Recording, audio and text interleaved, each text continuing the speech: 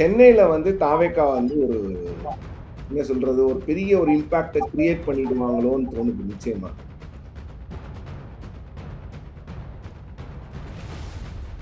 தாவேகா வந்து real wild horse இந்த எலக்ஷன்ல. Real X factor.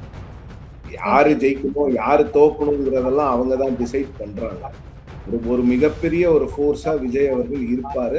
ஒரு 22 லட்சம் வாக்குகள் தான் அதிகமா போல இருக்கு. ஸோ அப்போ இவங்க எல்லாரும் கட்டமைக்கிற மாரி இது ஒண்ணும் ஒரு பெரிய அன்பிரசிடென்டட் போலிங்கு, இது வந்து ரெக்கார்ட் போலிங் எல்லாம் கிடையாது. இது வந்து தமிழ்நாட்டுல நார்மலா நடக்கக்கூடிய ஒரு போலிங். மாற்றம் அப்படிங்கிற வார்த்தையை கொண்டுள்ள தாவேகா உட்பட எல்லா கட்சிகளும் காசு கொடுத்துருக்காங்க. ஸோ காசும் ஒரு ரோல் பிளே பண்ணியிருக்கு. வெரி வெரி க்ளோஸ் கால் கொண்ட ஒரு எலெக்ஷன். தாவேகா வந்து நம்ம எல்லாம் எக்ஸ்பெக்ட் பண்ணதை விட பெட்டரா பெர்ஃபார்ம் பண்ணியிருக்கிற மாதிரி கிரவுண்ட்ல இருந்து ரிப்போர்ட் வருது. எட்ஜ் டிஎம்கேக்கு இருக்குன்னு எல்லாரும் சொன்னாலும் யாராலையும் வந்து எவ்வளவு சீட்டு டிஎம்கே ஜெயிக்கும்னு சொல்ல முடியாது. Money is 65. இதான் இது மட்டும்தான். பனியன்னா milky mist, only milky mist. வணக்கம் சார். வணக்கம். தமிழகத்துல வாக்குப்பதிவானது நிறைவடைந்திருக்கு. சதவீதம் அப்படின்னு பாத்தீங்கன்னா கடந்த 2021ஆம் ஆண்டு நடந்த சட்டமன்ற தேர்தலை விட இந்த முறை வந்து 84.29% வாக்காளர்கள் வாக்களிச்சிருக்காங்க. இந்த நம்பர்ஸ் தான் பதிவாகி இருக்கு. இந்த ஒரு இன்கிரீஸுக்கான காரணம் அப்படிங்கிறதுக்கு பல்வேறு விஷயங்கள் சொல்லப்படுது. விஜயினுடைய வருகை ஒண்ணு, எஸ்ஐஆர்னுடைய தாக்கம் அப்படின்னு சொல்லிட்டு, அண்ட் எதிர் மனநிலை, ஆன்டி இன்கம்பன்சி அப்படின்னு சொல்லிட்டு. சோ உங்களுடைய அனாலிசிஸ் என்னவா இருக்கு சார்? எதனால இந்த வாக்கு சதவீதம் அதிகரிச்சிருக்கு நீங்க நினைக்கிறீங்க? பெர்சன்டேஜ் வைஸ் பார்த்தா இது அதிகம் தான். தமிழ்நாட்டுல ஓகே. 1952க்கு பிறகு 80% தாண்டுவது இதுதான் முதல் முறைன்னு நினைக்கிறேன். அது உண்மையிலே பெர்சன்டேஜ் வைஸ் அதிகம் தான். ஆனா 2021 தேர்தலில் 73.63% வாக்குகள் பதிவாகி இருக்கு. அந்த 73.63% பதிவாகும் பொழுது அப்ப தமிழ்நாடு வாக்காளர்களுடைய எண்ணிக்கை டோட்டல் அப்சல்யூட் நம்பர்ஸ் வந்து கிட்டத்தட்ட 6.5 கோடி என்னமோ இருந்தது. ஆனா இப்ப வந்து கிட்டத்தட்ட 75 லட்சம் வாக்குகள் நீக்கப்பட்டு 5.73 கோடி தான் உங்களுக்கு வந்து வாக்காளர்களுடைய எண்ணிக்கை. அதுல 84% அப்படின்னும் போது அது வந்து உங்களுக்கு வந்து அது வந்து பெரிய பெர்சன்டேஜா காமிக்குது. ஆனா இந்த டெவில் இஸ் இந்த டீடைல்ஸ் அப்படிங்கிற மாதிரி தமிழ்நாட்டுல எப்பவுமே என்ன ஆகும்னா ஒவ்வொரு சட்டமன்ற தேர்தலுக்கும் 2016க்கும் 21க்கும் கிட்டத்தட்ட ஒவ்வொரு சட்டமன்ற தேர்தலையும் ஒரு 30 லட்சம் வாக்காளர்கள் வந்து அதிகரிப்பாங்க. 30 லட்சம் பேர் வந்து வாக்கு போடுறத அதிகரிச்சுட்டே இருக்கும் தமிழ்நாடு அசம்பிளியில. அப்படி பாத்தீங்கன்னா கடந்த தேர்தலுக்கும் இந்த தேர்தலுக்கும் நீங்க அப்சல்யூட் நம்பர்ஸை எடுத்து பாத்தீங்கன்னா என்கிட்ட டேட்டா இருக்கு. கடந்த தேர்தல்ல வந்து உங்களுக்கு வந்து எவ்வளவு ஓட்ஸ் அதிகமாச்சுன்னு பாத்தீங்கன்னா 6.63 கோடி. இதுதான் வாக்களிச்சவங்களோட அப்சல்யூட் நம்பர்ஸ் 2021ல. 2016ல பாத்தீங்கன்னா 4.36. எவ்வளவு இன்க்ரீஸ் வந்திருக்கு பாருங்களேன். 30 கிட்டத்தட்ட ஒரு 28 லட்சம் 30 லட்சம் வாக்குகள் இன்க்ரீஸ் வந்திருக்கு. ஆனா 4.66க்கும் இப்ப 4.84 88 வந்திருக்கிறதுக்கும் ஒரு 22 லட்சம் வாக்குகள் தான் அதிகமா போல இருக்குது. ஸோ அப்போ இவங்க எல்லாரும் கட்டமைக்கிற மாதிரி இது ஒன்றும் ஒரு பெரிய அன்பிரசிடென்டட் போலிங்கு, இது வந்து ரெக்கார்ட் போலிங் எல்லாம் கிடையாது. இது வந்து தமிழ்நாட்டுல நார்மலா நடக்கக்கூடிய ஒரு போலிங். கொஞ்சம் போன முறையை விட இந்த முறை ஒரு இன்க்ரீஸ் இருக்கு. பட் அந்த இன்க்ரீஸ் வந்து வழக்கமா இருக்கக்கூடிய ஆவரேஜ் இன்க்ரீஸை விட கம்மியா தான் இருக்கு. ஸோ அதனால இது வந்து அன்பிரசிடென்டட் போலிங் அப்படிங்கிறதுலாம் இல்லை. நிறைய இடங்கள்ல 90% போலிங்லாம் நடந்திருக்கு. நான் இதுக்கு வந்து 2-3 காரணத்தை சொல்லுவேன். முதல்ல வந்து special intensive revision SIR exercise. ரெண்டாவது வந்து பெருமளவுல எந்த கட்சிக்கும் விதிவிலக்கு இல்லாமல் நாம் தமிழர் தவிர எல்லா கட்சியுமே எங்கெங்கெல்லாம் அவங்களால காசு கொடுக்க முடியுமோ, எங்கெங்கெல்லாம் காசு கொடுக்கக்கூடிய வேட்பாளர்களை வச்சிருக்கிறாங்களோ அங்கெல்லாம் எல்லா கட்சிகளும் மாற்றம் அப்படிங்கிற வார்த்தையை கொண்டுள்ள தாவேகா உட்பட எல்லா கட்சிகளும் காசு கொடுத்துருக்காங்க. ஸோ காசும் ஒரு ரோல் பிளே பண்ணியிருக்கு. மூணாவது, இந்த முறை வந்து இளைஞர்களுடைய அந்த வாக்கு சதவீதம் அதிகரித்திருப்பதற்கான வாய்ப்புகள் இருக்கிறது. இளைஞர்கள் வந்து பெருமளவுல வந்து வாக்கு போட்டாங்க. அதற்கு காரணம் தாவேகா தலைவர் விஜய். ம். ஓகே. ஆனா இளைஞர்களுடைய வாக்கு அதிகமா இருக்கு. இந்த முறை வந்து யங்ஸ்டர்ஸ்னுடைய வாக்கு நம்ம எஸ்ஐஆர் ப்ராசஸ் பண்ணும்போதே புதிய வாக்காளர்களுடைய வருகை எண்ணிக்கை அப்படிங்கிறது அதிகமா இருக்கு அப்படிங்கிறத நம்ம பார்த்தோம் சார். அப்படி பார்க்கும்போது யூசுவலா இருக்கக்கூடிய ஒரு கிராஜுவல் இன்கிரீஸ் எப்பயுமே இருக்கக்கூடிய ஒரு பெர்சன்டேஜ் தான் இந்த முறை இன்கிரீஸ் ஆயிடுக்குன்னு சொல்றது எப்படி சார் எடுத்துக்க முடியும்? இல்ல, இல்ல. நீங்க அப்ப என்ன ஆயிருக்குன்னா, நாம சொல்ற மாரி யூத்தோடைய பார்ட்டிசிபேஷன் இன்கிரீஸ் ஆகுது. ஆனா மத்த ஓகே. செக்ஷன்ஸோட பார்ட்டிசிபேஷன் குறைஞ்சிருக்கலாம். ம். இது வந்து ஒரு பெரிய மார்ஜினல் ரைஸ் இல்ல. அதுதான் சொல்றோம். பெரிய ரைஸ் இல்ல. ஒரு மார்ஜினல் ரைஸ் தான் இருக்கு. 2016க்கும் 21க்கும் 30 லட்சம் வாக்காளர்கள் இன்கிரீஸ் ஆகுறாங்க. 21க்கும் 26க்கும் 22, 24 லட்சம் வாக்காளர்கள் தான் இன்கிரீஸ் ஆகுறாங்கன்னும் போது தமிழ்நாடோட ஆவரேஜ் இன்கிரீஸ விட இது கம்மியா தான் இருக்கு. சோ அப்ப என்ன நடந்திருக்கும்னா யங்ஸ்டர்ஸ் அதிகமா ஓட்டு போட்டிருப்பாங்க. வழக்கமா ஓட்டு போட வர அந்த செக்ஷன்ஸ்ல இருந்து கொஞ்சம் கம்மியா இருக்கும்.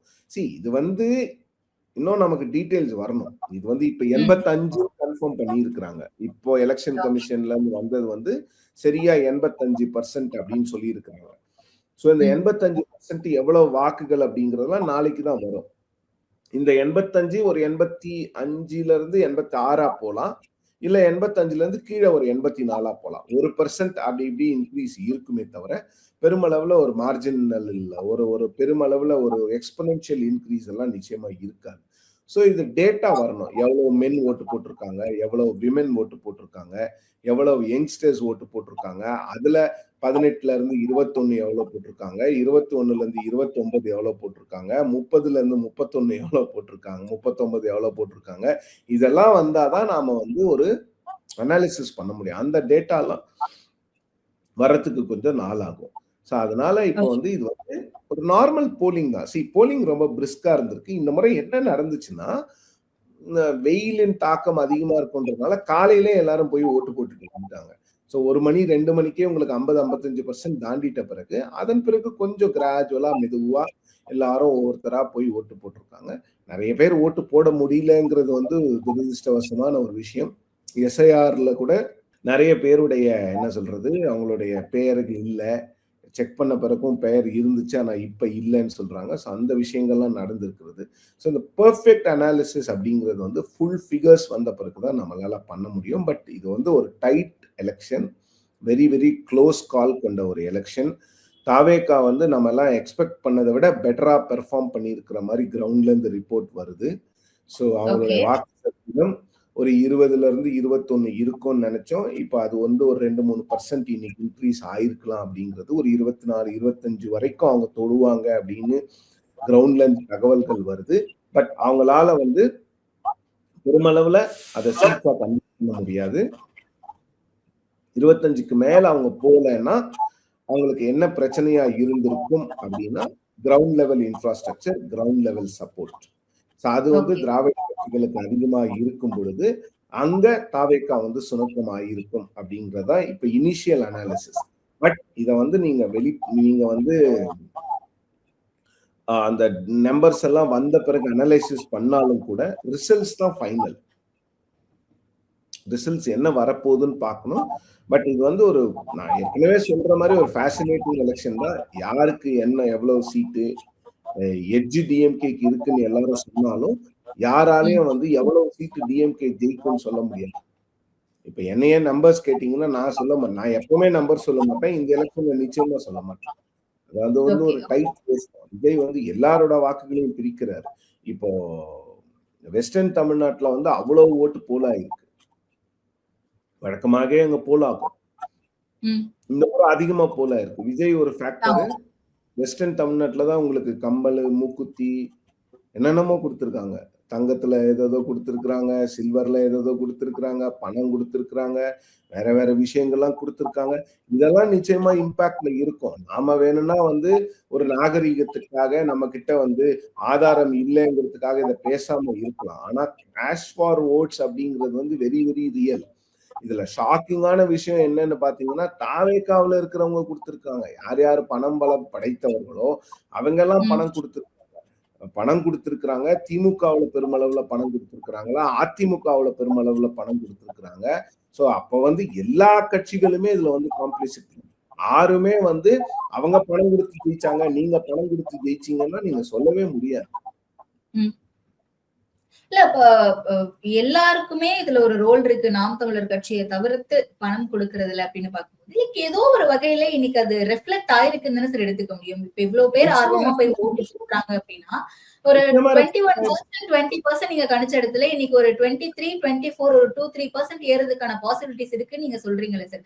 அப்ப அந்த ரெஸ்பான்ஸ் ஒரு ஹங் அசெம்பிளி வரைக்கும் கொண்டு போகுமா? அது சட்டமன்றத்துல எதிரொலிக்குமா? அது தெரியல. அது வந்து நீங்க எக்ஸிட் போல்ஸ் கூட நம்ம எதிர்பார்க்கிற அளவுக்கு ஒரு கிளாரிட்டியை கொடுக்குமான்னு தெரியல. மே 4 தான். எக்ஸிட் போல்ஸ் கூட தமிழ்நாட்டுல வந்து அவங்க வழக்கமா கிளாரிட்டி இருக்கும். பட் இந்த மாதிரி ஒரு க்ளோஸ் எலெக்ஷன்ல வந்து நான் எக்ஸிட் போல்ஸை கூட பெருமளவுல நம்ப மாட்டேன். அது வேணா ஒரு டைரக்ஷனை வேணா காமிக்கும். யாரு ஆட்சிக்கு வரலாம்ங்கிறத வேணும்னா எக்ஸிட் போல்ஸ் காமிக்குமே தவிர, தாவேகாவினுடைய தாக்கம் எப்படி இருக்குங்கிறதெல்லாம் எக்ஸிட் போல்ஸ் வந்து பிரதிபலிக்கக்கூடிய அளவுக்கு எக்ஸிட் போல்ஸ் துல்லியமா இருக்குமான்னு எனக்கு தெரியல. தாவேகா வந்து ரியல் வைல்டு ஹார்ஸ் இந்த எலெக்ஷன்ல, ரியல் எக்ஸ் ஃபேக்டர். யாரு ஜெயிக்கணும் யாரு தோக்கணுங்கிறதெல்லாம் அவங்க தான் டிசைட் பண்றாங்க. ஒரு மிகப்பெரிய ஒரு ஃபோர்ஸா விஜய் அவர்கள் இருப்பாரு. அன்பார்ச்சுனேட்லி அவருக்கு வந்து அந்த சீட் கன்வெர்ட்டிங் கேப்பபிலிட்டி இருக்குமாங்கிறத மே 4 தான் பார்க்கணும். இப்ப பேசும்போது அது இருக்கிற மாதிரி ஒரு சிங்கிள் டிஜிட் நம்பர்ல கூட சீட்ஸ் கிடைக்கிறதுக்கான பாசிபிலிட்டிஸ் இல்ல நீங்க பாக்குறீங்களா? இன்னைக்கு நடந்த அந்த போலிங் பெர்சன்டேஜ் சீட்ஸ் நிச்சயமா கிடைக்கும். விஜய் அவர்கள் ஜெயிப்பார். ஓகே, விஜய் அவர்கள் ஜெயிப்பார். அவரோடு 2-3 அவருடைய சகாக்கள் ஜெயிப்பதற்கான வாய்ப்புகளை பார்க்கிறேன்.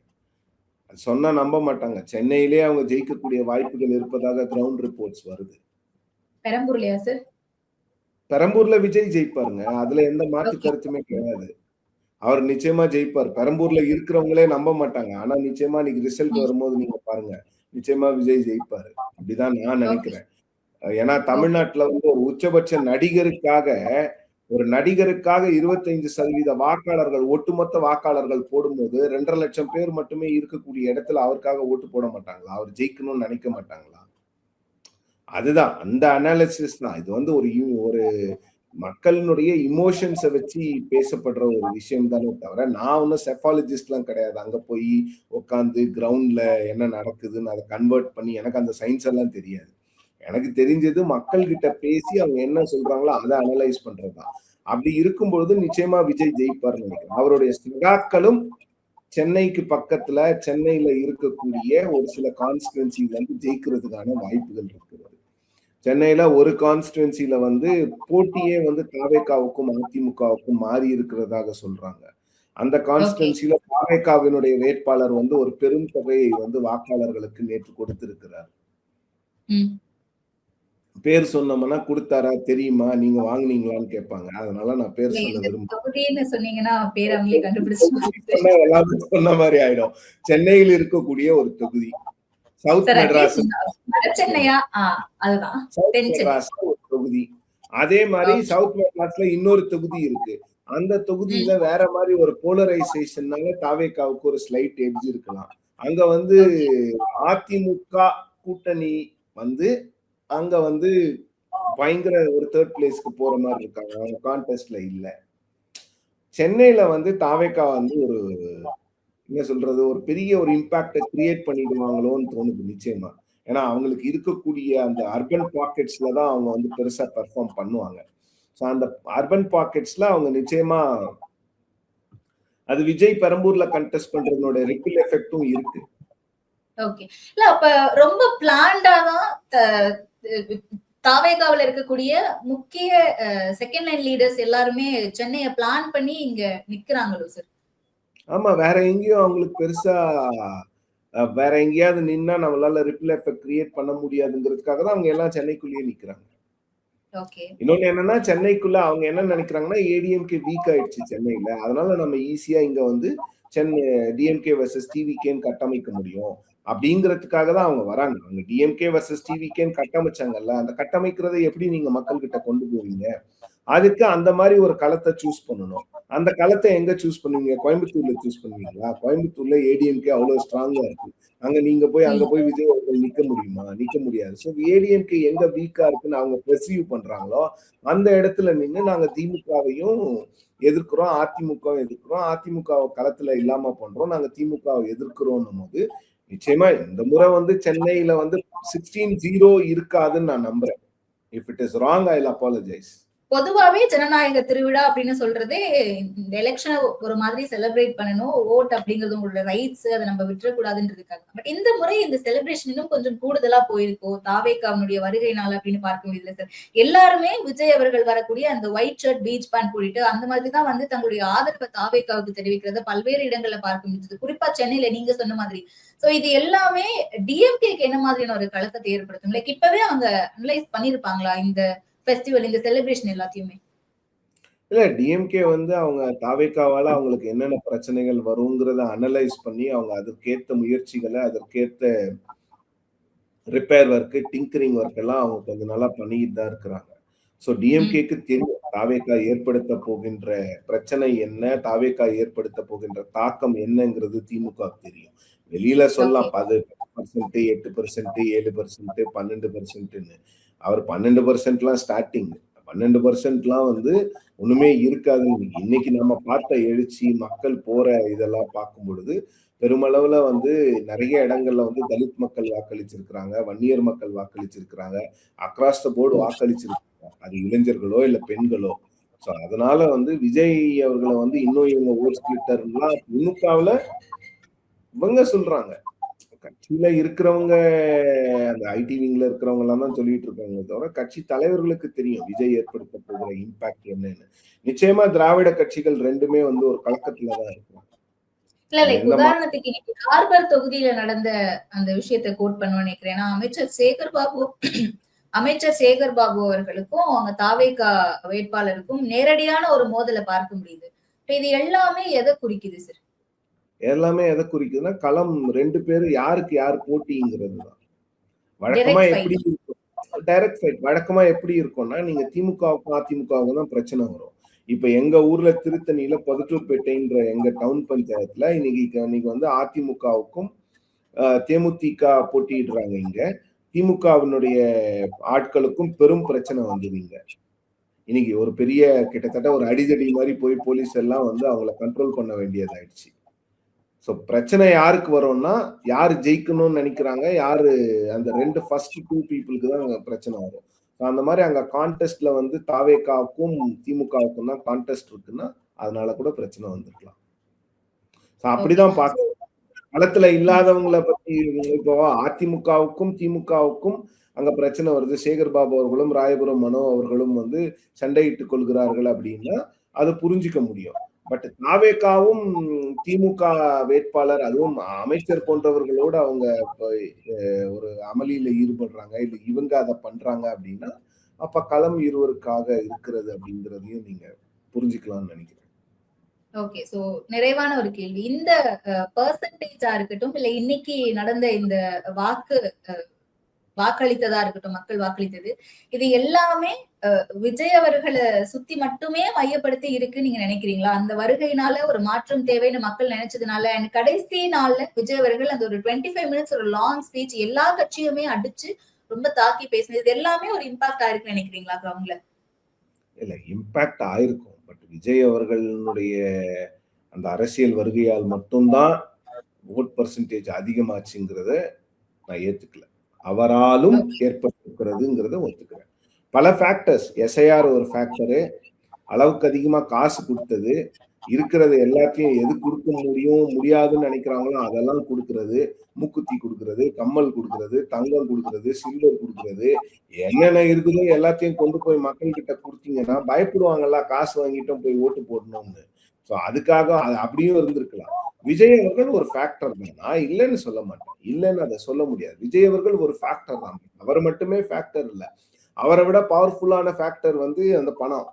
ஓகே, அதான் லைக் நாளைக்கு எக்ஸாக்டான நம்பர்ஸ் வந்துரும், எவ்வளவு பேர் வாக்களிச்சிருக்காங்க, எவ்வளவு ஆண்கள், எவ்வளவு பெண்கள், இளைஞர்கள் எந்த அளவுக்கு ரொம்ப எங்கேஜ்டா இந்த எலெக்ஷன்ல பங்கேற்று இருக்காங்க அப்படின்னு சொல்லிட்டு.